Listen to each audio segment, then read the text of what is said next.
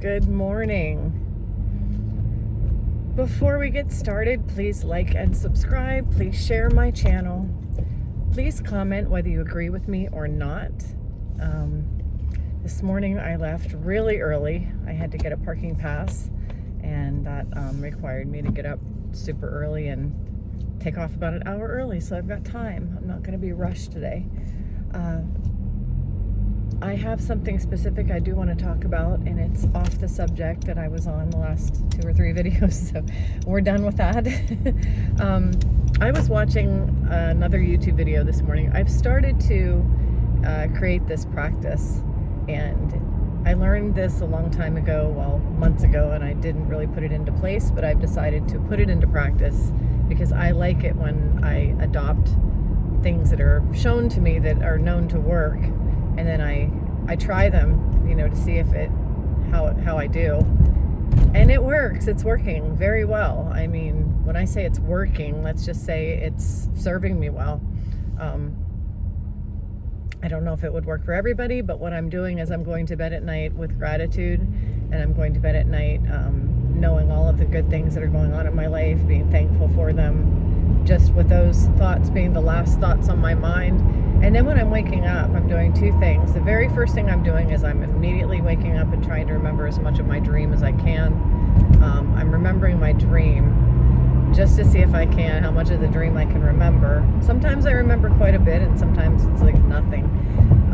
But that's just kind of a fun little thing that I do. But more than that, I'm waking up telling myself I'm healed, I'm healthy, I'm whole, everything's great, life is good. God is working in my favor. All things are working for me for the good of in my favor and in the favor of all. I'm part of the all. I feel comforted by the all. I'm just waking up with that sense of support. I want to start every morning with the knowledge that I have support from everyone, everything, the connected, collective. I want that to be my very first thought, and I've been doing this for about a week now, and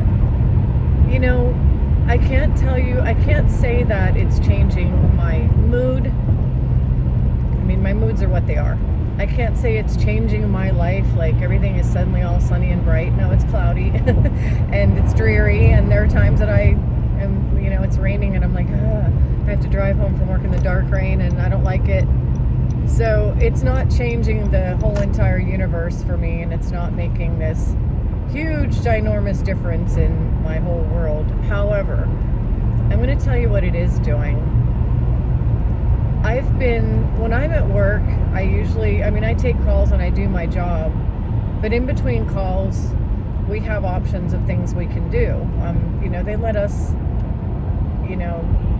I don't know if they're supposed to watch videos, but some people have things on, their computer, and they just kind of amuse themselves. We can read a book. There are things we can do to occupy our time while we're waiting for the next call to come in. I've always chosen to do, and I don't mean to be like a big brown nose or anything or kiss up, but I just do things that are work related. I enjoy things that are work related because I took on this job because I enjoy it. I enjoy the subject line. I enjoy the work itself. I enjoy talking about home design and home interior design. It's what I do in my free time anyway, which is why I applied for this job. Home interior decorating is what I do all day long when I'm not working. If I were rich and I had nothing better to do, I would want to decorate everybody's houses. So that's what I get paid to do now. And when I'm not talking to customers on the phone, I'm looking around at design ideas. I'm looking at homes and properties. I'm looking at places where people live, and just kind of exploring all of it. And what I found is when I go to bed and wake up with stress, I can look around at things and I'm just looking. It's just like it's hitting me, and my eyes are seeing it and I'm perceiving it. I'm like, okay, that's pretty, that's nice. Yeah, that looks like a nice town. But nothing is really connecting. I'm seeing things, but they don't really mean anything to me. I'm just occupying my time. But when I go to sleep with gratitude and I wake up with that same attitude of wonder and that same attitude of, oh my goodness, my life is so great. I just feel so healthy and so complete, and everything I have and everything I need is right here. And, you know, I love having my cat right here. My son lives down the street. Love my job and my coworkers. I just wake up with that sense of all is well with my soul. And it's different when I'm looking at the things at work this week, in fact, especially the last 2 days, as I was looking at the same things I always look at, I noticed that ideas started to pop into my mind. Those things didn't just hit me like, oh, that's a pretty house, and then on to the next image, and then look at that image. Oh, that's a nice area. Looks like a cute town. And then on to the next image, you know. Oh, and I used to like, if somebody told me they wanted their bathroom done, I would go onto our website and I would find like bathrooms that I thought would look really, really nice in their bathroom, like match them up. And it was just, that's my form of matching game. But this time I would go on our site and I would look at things and I would think, you know what? And I would get an idea.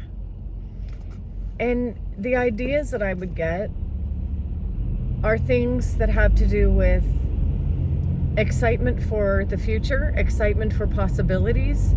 It's almost like all of these things that I'm looking at would start to take shape and form meaning. And instead of just being images that I'm looking at to amuse myself, they started to mean something to me. And I don't know if that makes any sense to you, but the things I was looking at weren't just pictures.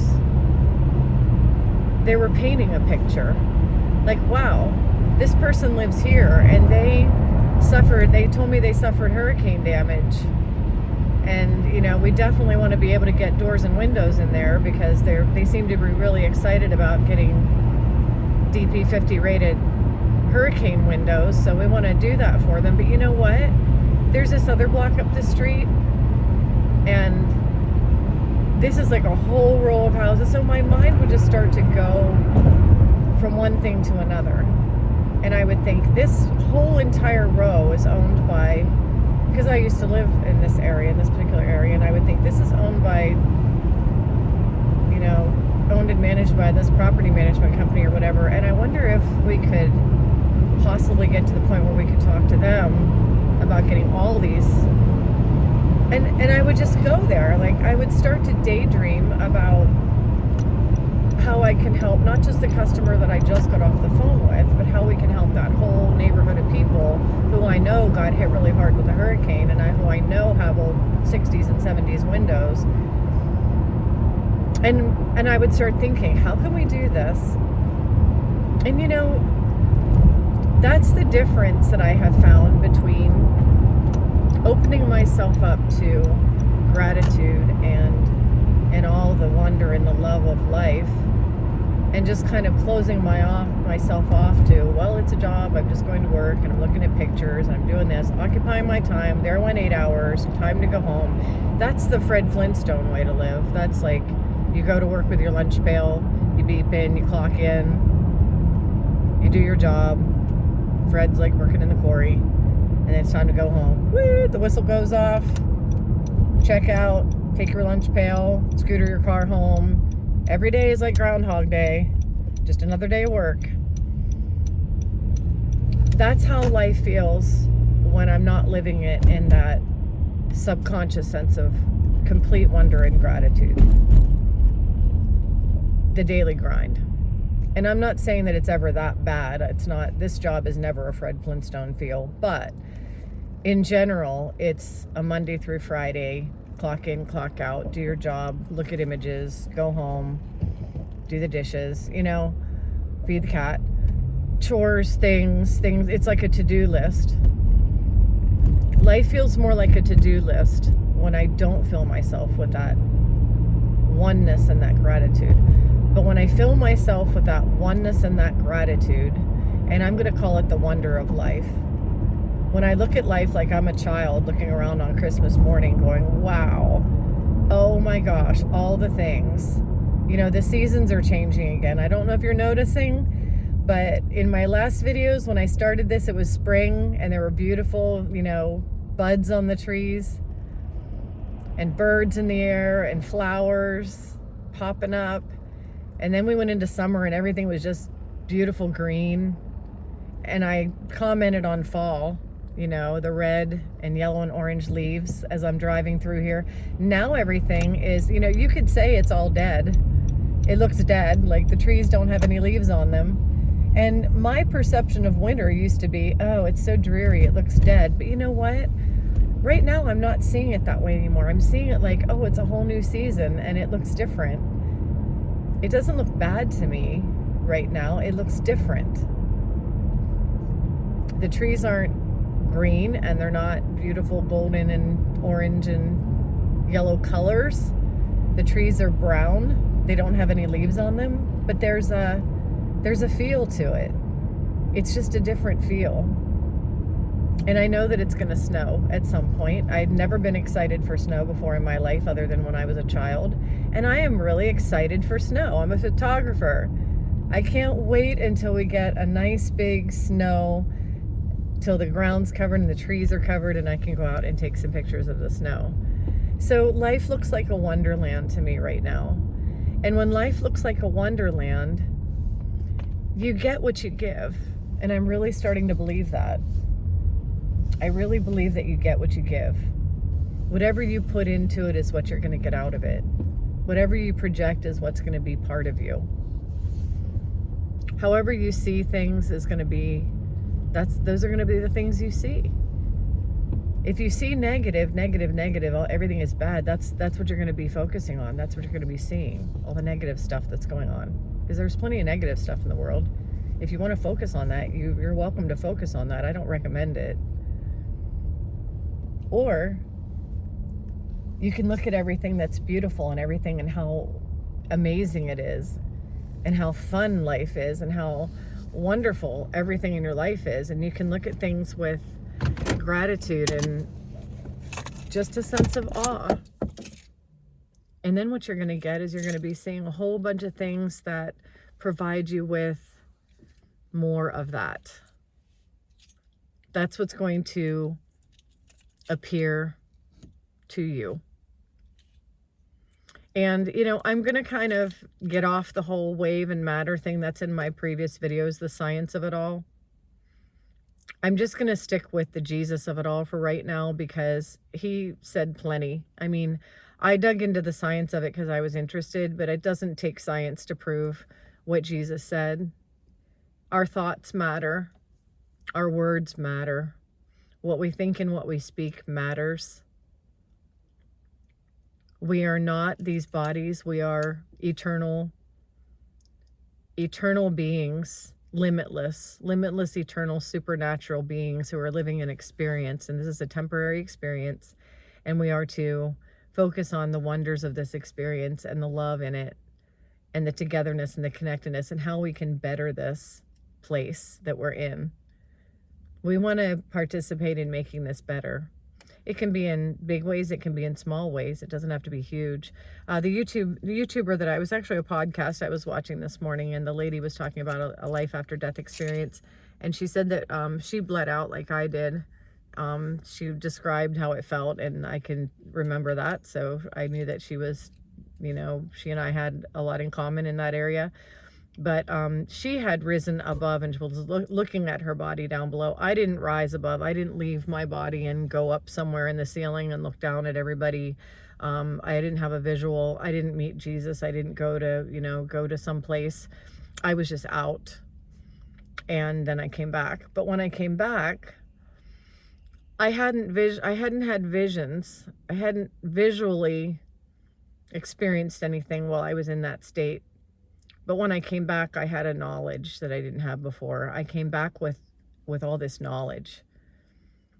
I knew stuff. There's no other way to say it. I just knew stuff. And some of it were biblical truths that I had already read in the Bible. And a couple of the things were things I hadn't read yet in the Bible. I didn't even know were in the Bible that I had to look up later. My life is God's breath. The breath of life. I had never seen that verse in the Bible before.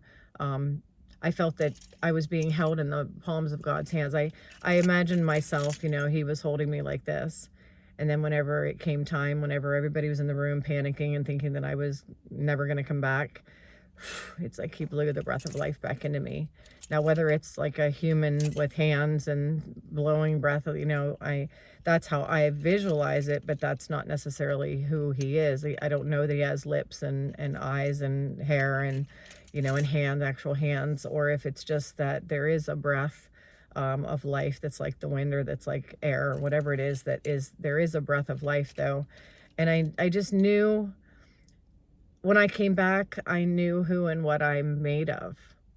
And I knew that who and what I'm made of is not this. That's the knowledge that I came back with. And this lady in this podcast was describing just that.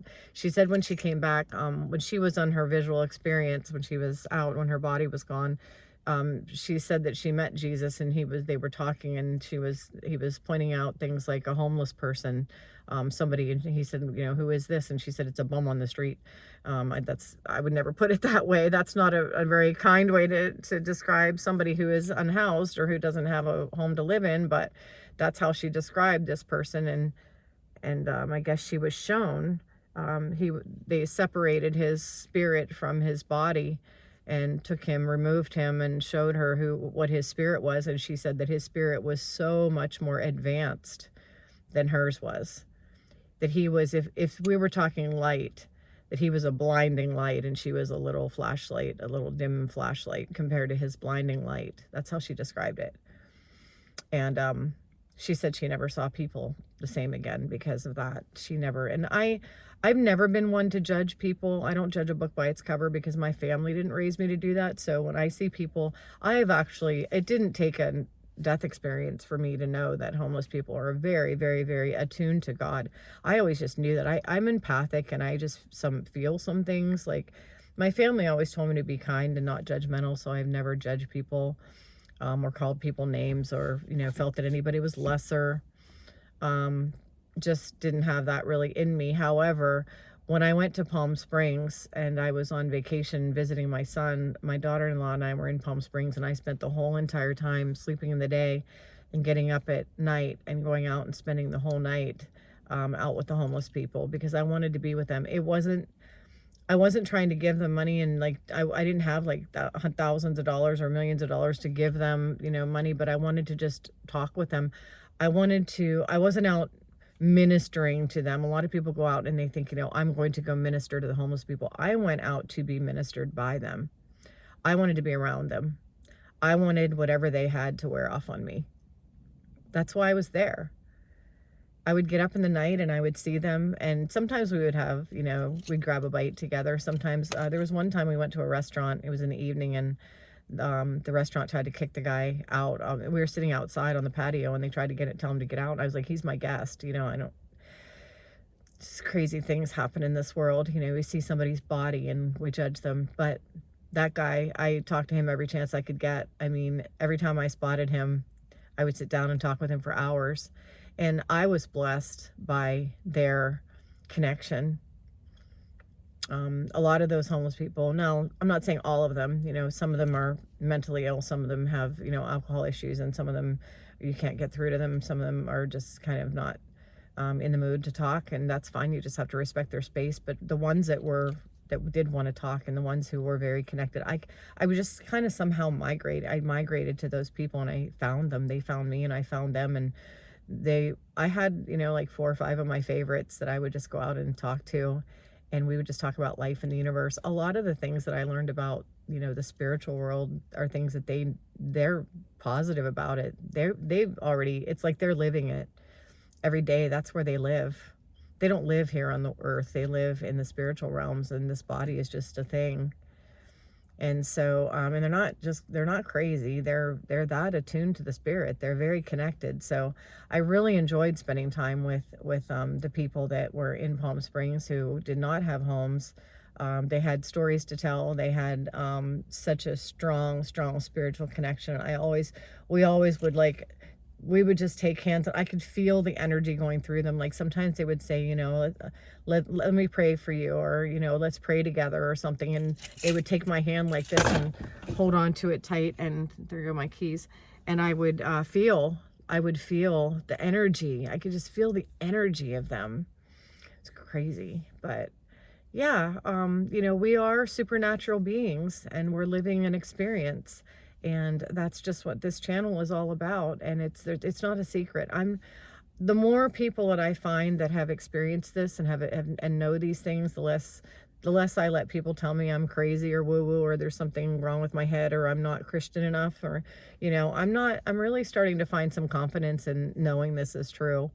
And the more that I experience it for myself, the more I know it's true. So that's what I wanted to share today.